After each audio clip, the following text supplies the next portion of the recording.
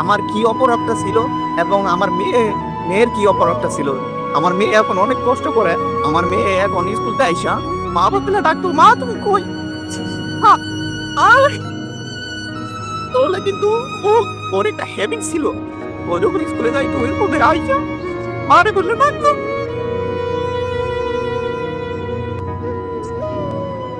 মাঝে মাঝে ওর দাদিরে মা ডেকে বলে, কারণ ও তো ছোট, আমার মেয়ে তো বুঝে না আমার মেয়েটার কি অপরাধ। আমি আমার চাচাতো ভাইয়ের আমার রক্তের সাথে বেইমানি করছে। আমার চাচাতো ভাই কোনোদিন ভাবি নাই আমার চাচাতো ভাই আমার সাথে বেইমানি করবো, কারণ আমরা ছোট দেখতে দেখে আসছি আমার বাপ চাচারা কখনো কোনোদিন ঝগড়া করে নাই। কিন্তু আজকে এই সিচুয়েশন এমন তৈরি করছে, আমাদের ফ্যামিলি ওদের ফ্যামিলি কেউ কারোর দিকে তাকাইতে পারে না, কারণ আমাদের মান সম্মান কোনো কিছুই নাই, কারণ আমার চাচাতো ভাই সবকিছু শেষ করে দিছে। এবং আমার ওয়াইফে আমি খুব ভালোবাসতাম, খুব বিশ্বাস করতাম, আমার ঘরে তা আমি সবকিছু করে দিছি।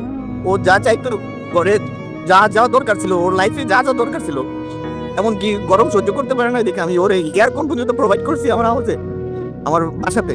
আমাদের গ্রামে আরো বাড়িতে তখন এসি ছিল না, এসি লাগাইছি, ওয়াইফাই ছিল, সবকিছু ছিল, ও যা চাইতো আমি সবকিছুই করতাম।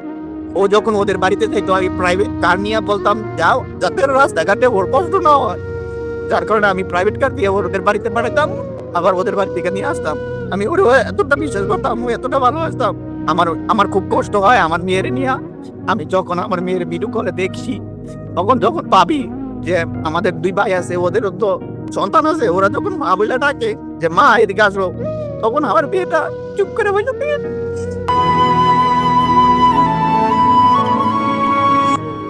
মা বলে ডাক্তার না। আমার চাচা ভাইরে বলবো তুই কেমনে পারলি ওর মা রে তুই কাইরা নিতে। আমাদের সংসারটা খুব সুন্দর চলতেছিল, তুই আইসা আমাদের সংসারটা ধ্বংস করে দিলি, রানীর সংসারটা তুই তসতস করে দিলি। আমার ভাই আমার মেয়েটারে তুই মা থাকতে তুমি করছো। আল্লাহর কাছে একটাই চাওয়া, আমার মেয়ের ধৈর্য দেখ। আমার মেয়ে এখন আর মার কথা বলে না, কিন্তু মাঝে মাঝে মারে নিয়ে কিছু গান শোনায় আমারে, মারে নিয়ে কিছু সারা বলে, মায়ের নিয়ে কিছু বলে, তখন বলি বাবা তুমি এগুলো বলো না। আমার মেয়ে ফিল করে যে মা নাই।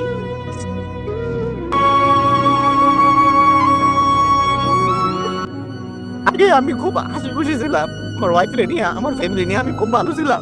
এই 2-2.5 বছর আমার মেয়ের কষ্ট, আমার নিজের কষ্ট নিয়ে আসি। এখন আমি সর্বোচ্চ, আমি সবসময় আমার মেয়ের আমি প্রায়োরিটি দিই। আমার মেয়ে যা বলে আমি তাই করি।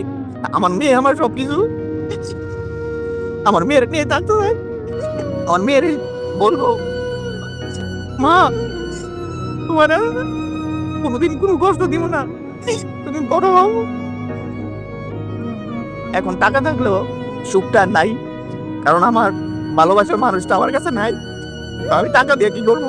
আমি এই জায়গায় আমার মনের ভিতরে যে চাপা কষ্টটা শেয়ার করার জন্য, আর সবাইকে বলবো এতটুকু, ওয়াইফরে কোনোদিন অতিরিক্ত কোনো কিছু দিবেন না, যতটুকু দরকার ততটুকু, যতটুকু ফ্যামিলির খরচ ততটুকুই দিয়েন। অতিরিক্ত কোনো কিছুই ভালো না, অতিরিক্ত ভালোবাসাও ভালো না, এবং অতিরিক্ত বিশ্বাস করাও ভালো না।